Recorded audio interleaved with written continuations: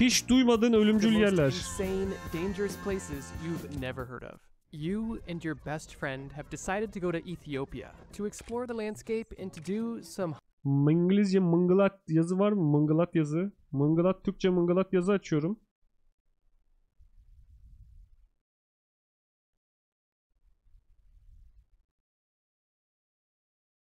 Indian mı? Indian olmaz abicim. The most insane, dangerous places you've never heard of. You and your best friend have decided to go to Ethiopia. Kodumun AI'yı 2 haftada 7 yaşındaki bebeğin IQ'sundan fizik profesörünün zekasına erişebiliyor bu. YouTube altyazıları hala niye gelişemiyor? To explore the landscape and to do some hiking. You find yourself camping and living off the land, sleeping in tents, stargazing, and fortunately you did pack food because catching decent food in the middle of a Ethiopian desert isn't quite ideal. As the sun rises one morning, you decide to go a place you haven't quite explored yet. A direction that from a distance doesn't look anything special, but for some reason it's calling your name. You set off walking through the rather flat and barren landscape, with mountains off in the distance, but nothing particularly special. Until you notice something.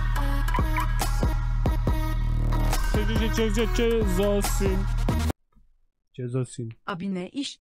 Ne iş? Cezasın.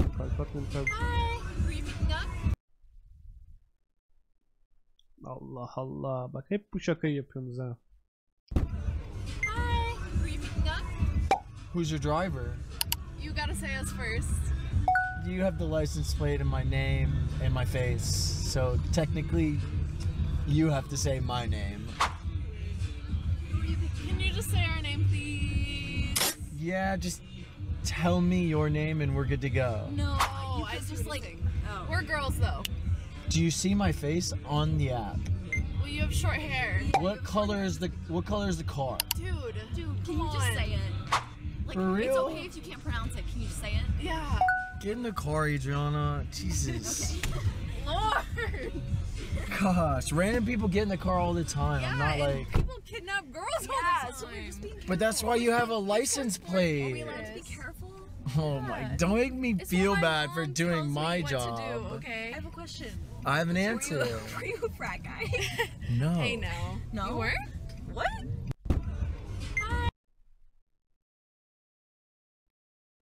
Alakası yok diyorum. Durun, Etiyopya'da gidemeyeceğimiz, hiç duymadığımız dünyanın en tehlikeli yerlerinden devam. Something strange in the distance. You find yourself approaching small pools of water, but these pools of water don't quite look right. You see boulders and rocks that are orange and yellow and white. You see water that is varying colors of green, and you feel like you almost walked into an alien planet. As you approach some of these pools of water, you realize they're not just sedentary pools of water, they're volcanic hot springs, and they're steaming. At this point, you're standing directly beside one of these large green puddles surrounded. Oğlum burası şey mi lan, yoksa adamın tekinin köpeği atlıyor suyu, volkanik hot spring su, gerçek sanmıyor. Ondan sonra adam da köpeğini kurtarmak için atlıyor. 15 saniye içinde adam eriyor, gözü falan eriyor.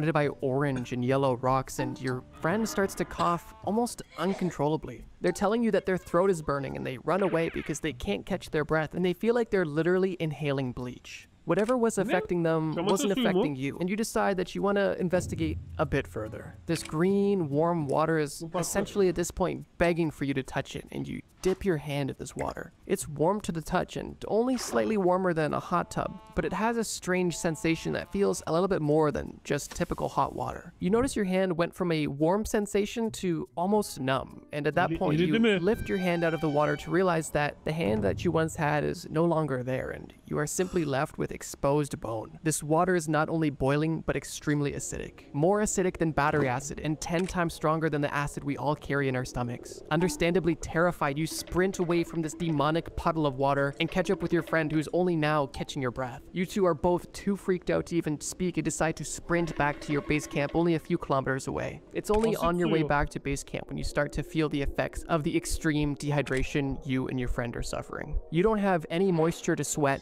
your muscles are beginning to cramp uncontrollably, and all you and your friend can do is simply sit and hope that something, anything, could potentially come to save you. But in the middle of a barren wasteland in Ethiopia, help isn't coming, and you and your friend just became victims of the Danakil depression. The Danakil Depression is such an interesting and honestly unique place. And although I may have embellished a few details in the story, everything I say was true. The Danakil Depression is a very unique and odd geographical phenomenon located, like I said, in Ethiopia. It's called the Danakil Depression not because it's upset, but because it is literally depressed into the ground, located over 400 feet below sea level. And the reason why this place even exists is because it's in the center of 3 tectonic plates that are slowly shifting apart, meaning that the depression is slowly sinking deeper and deeper into the ground. Before we even get into the weird colored rocks and weird toxic water that exists within the Danakil Depression, it's important to note one thing. The Danakil Depression is the hottest place on Earth year-round. So, although technically Death Valley in California Merak ettim buranın tipine.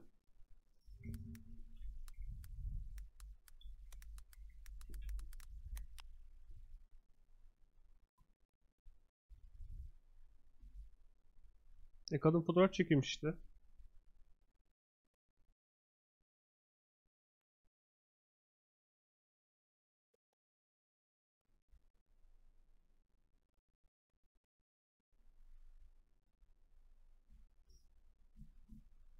Bilemiyorum. has the highest recorded temperature, keyword recorded. The Danakil Depression has the highest average temperature year-round, that being 34 degrees Celsius as an average, which is 9 degrees hotter than the average temperature of Death Valley, and even a few degrees hotter than the second hottest place on Earth year-round. That fact alone would make it worthy of being on this list, because those kinds of heats are deadly. But for the Danakil Depression, that's one of its more tame attributes. So we know why it's called a depression, and we know why it's slowly sinking, and now we know that it's extremely hot, but what's going on with these weird moon rocks? Well, there's actually a few reasons for that. What little water is available mixes with the iron, copper, and sulfur from the surrounding volcanoes. Oh yeah, did I mention this place literally has volcanoes too? That high concentration of minerals and the low concentration of water with the very unique conditions that the volcanic region provides creates these very strange and unique looking structures. The water is in fact acidic, although it likely wouldn't melt your hand to the bone in a matter of seconds, but it is in parts more acidic than battery acid and, like I mentioned, 10 times more acidic than the acid in your stomach. Not all of the water is this acidic, although none of it's marked, and personally, that's not a gamble I want to take, so I wouldn't be dipping my hand in. Oh, and the throat burning? Yeah, that's because of the high concentration of chlorine that also exists in some of these pools. Once again, unmarked, so it's kind of a gamble on which pools are gonna burn your throat and melt your skin, but if you get the right pool, you'd be sitting in a nice natural jacuzzi, but there's other places you could do that, likely less risky as well. I wanted to add the Danakil Depression to this list just because it's so unique looking and honestly has some very unique attributes. It almost reminds me of a combination between Lake Asverio, it was runway Peru. You have the Danakil off the plane at your next location, and at this point, you and your friend are still confused on how you made it out of the Danakil Depression alive. Regardless, you get right to your expedition. Walking off the remote runway, you walk directly into the Amazon rainforest. Part of the Amazon rainforest that is specifically in Peru. You and your friend realized that you didn't necessarily enjoy the barren landscape of an African desert, so you figured getting some lush forests with plenty of moisture would be a nice change of pace. You and your friend are swinging machetes, cutting down brush, and making your own little trail, and seeing a lot of really unique and cool things that live in the rainforest. When all of a sudden, you see a weird fog roll in. This isn't necessarily uncommon for the rainforest, as fog is common in particular parts, but you're not at a particularly high elevation, but it doesn't strike you as too peculiar. You keep hacking and slashing, and you notice that you're getting closer and closer to a river, something you've been looking for at this point, as you've exhausted all of your water. You and your friend are definitely more timid about random water sources at this point, but this water is normal. It's not green, it's not surrounded by volcanic sulfur rocks, nobody's breathing in chlorine gas, and everything seems to be fine. Besides the fog that's gotten thicker and thicker, and seemingly warmer. But you brush off that warm fog as simply a product of hiking through the rainforest, and a mixture of the humidity plus your body heat would make any fog feel warm. Your friend, less careful than you, decides that it's the perfect time for a swim, and although he can't see the water, he knows where it is. So he takes off his backpack and jumps directly in. And as soon as his body touches the water, you hear the most blood-curdling scream you could ever imagine. Obviously, your friend must have landed on a rock or been bitten by an animal, so you instantly rush in after him to drag him out. And as soon as you jump in, you understand why your friend was screaming so horrifically. The river you just run into was boiling hot, cooking you and your friend alive. You two have just become the most recent victim of the boiling river in Peru. Once again, we find ourselves in an almost fairy tale location. As I mentioned in the story, the boiling river is a real place, and it's a rather modest river that flows through the Amazon rainforest in Peru. The fog that you and your buddy saw was steam, and that's because this water is hot, and I mean scalding hot. It reaches temperatures of up to 200 degrees Fahrenheit, or 93 degrees Celsius, which is, yeah, hot. This heat alone makes it one of the most dangerous rivers on Earth. Oha oğlum, kettle benim o kadar kaynatılmıyor lan. Especially because Kettle'la biraz garip bir örnek ama. So unassuming looking, unless you know what you're looking for. Anlarsın yani o kadar. It's unsurprising to you that this river, like the first, is being heated to such a high temperature by geothermal activity happening beneath the Earth's surface. Fortunately, this river isn't a big risk for tourists, as the location of this river is rather remote and challenging to even get to. And although you and your friend perhaps are experienced bushwhackers, many people aren't. And the majority of the death toll caused by this river are small animals who don't know any better. And on top of the challenging and remote nature of this location and the sheer presence of a boiling river, the last unsurprising aspect that makes this river so dangerous is, well, its inhabitants. Surrounding the river, like many parts of the rainforest, is venomous snakes, venomous spiders. Warmest. You happen to find this river and don't become you got rainforest on an airplane. Although this time you're more bandaged up and a bit more damaged than you were before. You and your friend are discussing how you must have a guardian angel because even though you are ending up in these deadly locations, you're still somehow just barely escaping.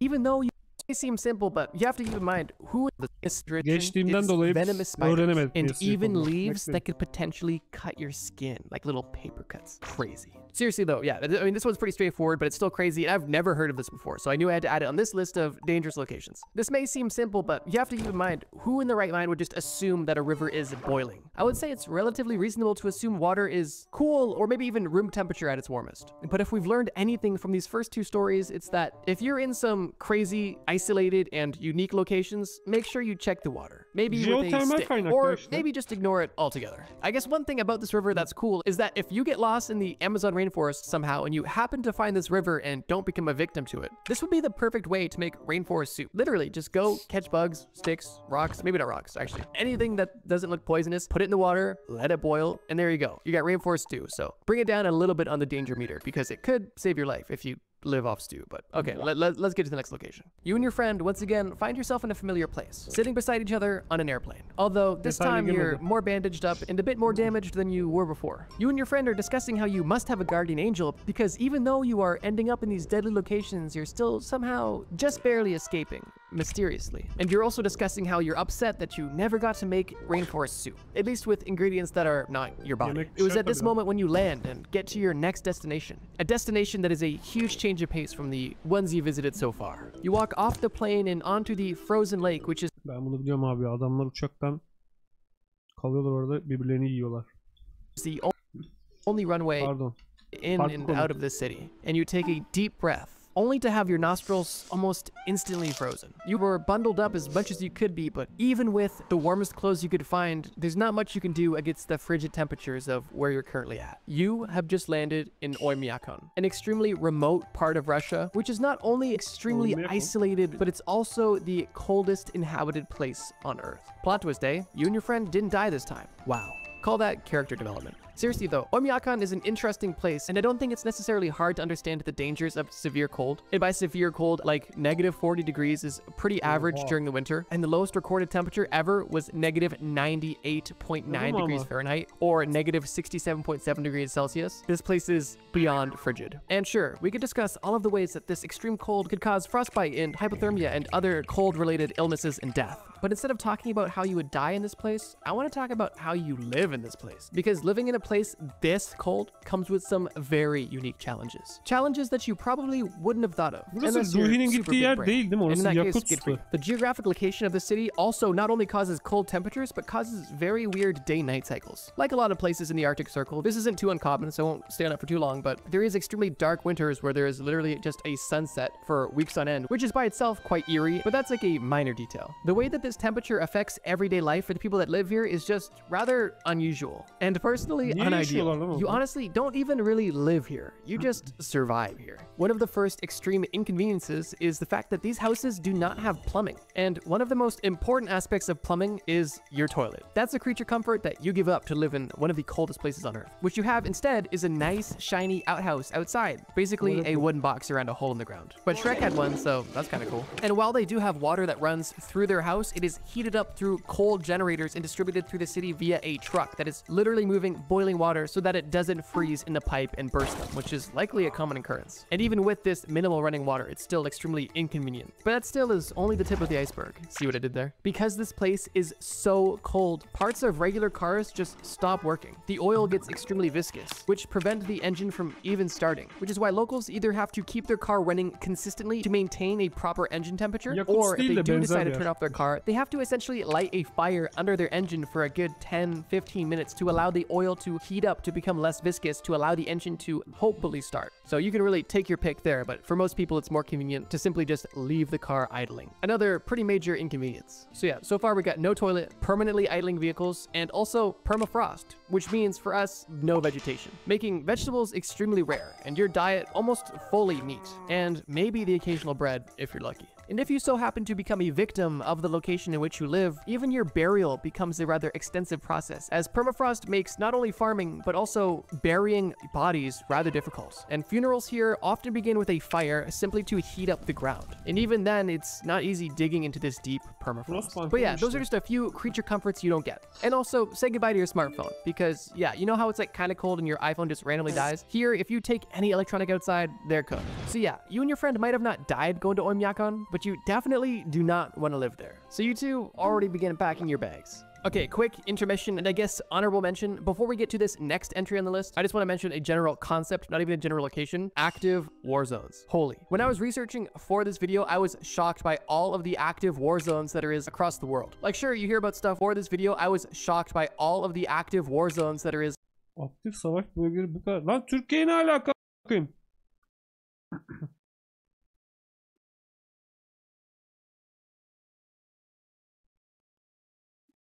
Savaşta mıyız lan?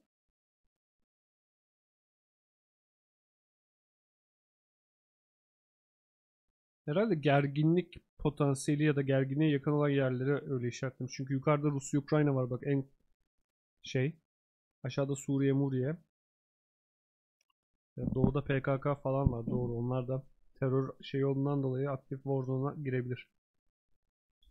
Across the world. Like sure, you hear about stuff on the news, but there's literally so many ongoing geopolitical disputes that just make entire areas completely dangerous to even just be near due to the high tensions. So although this is likely obvious and not worthy of its own point, I did want to make it a quick honorable mention. Yeah, if you're going somewhere, especially somewhere you're not familiar with, check for active war zones, because believe it or not, they can add some complexity to your trip that you likely aren't looking to deal with. Okay, let's keep going.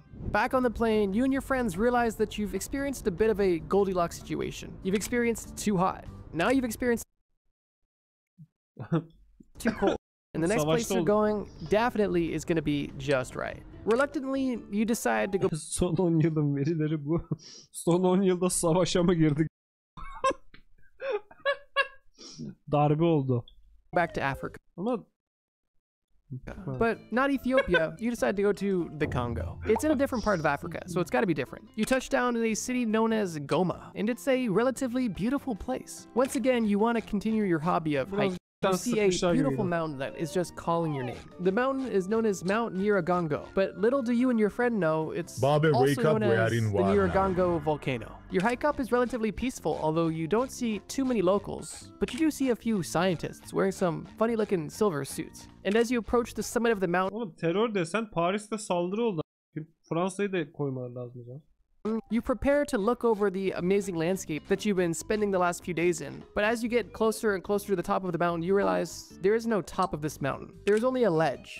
and if you look inside the ledge, you will find the largest lava lake of its kind in the world. At this point, you and your friend have learned to not jump into random bodies of water. And although this isn't a body of water, to your friend, it still looked a little tempting. You and your friend have learned your lessons around volcanoes and just decided if they're dangerous underground, they're definitely dangerous above ground. So you guys make your way back down, spend some time in the village, and the night before you flight, you reflect on how much fun you've had in the Congo. Until in the middle of the night, during your sleep, you're woken up by people screaming, yelling, and most importantly, running. This mountain and volcano isn't dangerous simply because of the presence of this large lava lake. It's dangerous because this volcano is one of the most active volcanoes in the world. And it doesn't take a scientist to understand that volcanic eruptions are extremely dangerous. Fortunately, you, your friend, and all of the locals make it out of the city alive. But unfortunately, the lava has essentially destroyed everything that was there. And that was the reality for many people in 2002 during one of the last eruptions, which left thousands of people homeless, and unfortunately took some victims with it. This entry is definitely one of the more known entries on this list, but I wanted to add it because volcanoes are just such interesting phenomenon, and it seemed on theme for this video. In reality, many people don't have access to just simply climb to the top of this mountain, as access is tightly regulated due to the obvious risks involved, and it's typically only left for scientists. But like I mentioned, beyond just the lava lake on the top of this mountain, the entire area is prone to seismic activity, meaning that if even the volcano doesn't erupt, there's a very good chance that a dangerous earthquake could cause some serious damage to you or the place that you live. This mountain and general geographic location is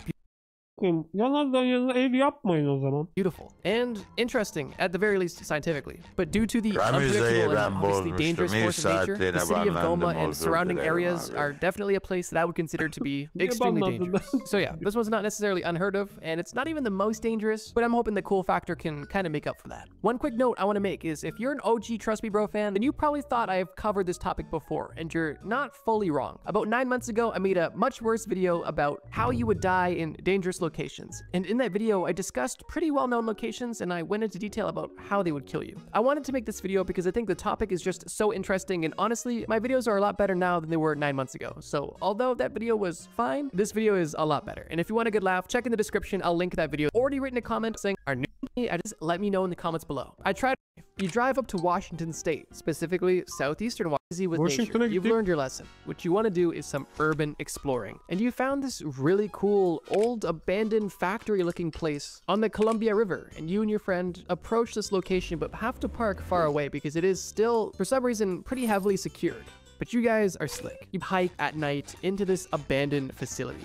This place looks cool. You're walking around, checking stuff out, looking at rusty things and broken things, when all of a sudden, you hear your friend say that he doesn't feel so good. You look up at him and he looks up at you, and you're faced with a ghoul from the Fallout games. You think you're tripping because there's no way your friend could look like this, when all of a sudden your friend tells you that you look like a disgusting creature. And it's at that point when you realize that both you and your friend have been exposed to massive amounts of nuclear waste. And that you weren't in just some regular factory. You were in the Hanford site, a decommissioned nuclear production complex that was established as part of the Manhattan Project during World War II. Okay, I got a little goofy with the story there, but it is true. This is an extremely dangerous place that not many people are familiar with. At least I wasn't. If you're anywhere in Washington State, this is likely one of the most known just because it's native in the US, and it does have relatively major historical context, so consider this one not even unknown. But this one is really cool. And, like you guessed, insanely dangerous. This place had the world's first full-scale plutonium production reactor, and made the plutonium for the Fat Man, which is the bomb that was used on Nagasaki during World War II. So this place has some baggage. But once the US government thought that they had enough plutonium, they started shutting down the facility and actually closed it down entirely in 1971, which isn't too long ago, at least when it involves radioactive waste. It likely may serve as no surprise that early protocols for disposing of such dangerous chemicals and byproducts were completely inadequate, and now we're seeing the consequence of it. And Hanford site is one of the largest environmental cleanup projects in the entire world. Obviously, there's a few more known ones across the world like Chernobyl and Hiroshima, but domestically in the States, this is definitely one of the biggest cleanup projects. As of last year, they are still cleaning it up, and there's over 10,000 people that work to clean up this site. I'm assuming they have proper protective gear, but still, working in a radioactive site cannot be fun. Oğlum bu radyoaktif atıkları harbiden bir yapamıyoruz ha. Bunlar yıllarca duracak. İnanılmaz. Böyle. Ankara Çin diyorum. Uzaya atmak da masraflı olur ki. Like atıp abone olacaksın. Seni bulurum. Gece bulurum. uzak akrabanı, dayını, amcanı, dedeni, anneanneni yayınlara getireceksin. Vaa!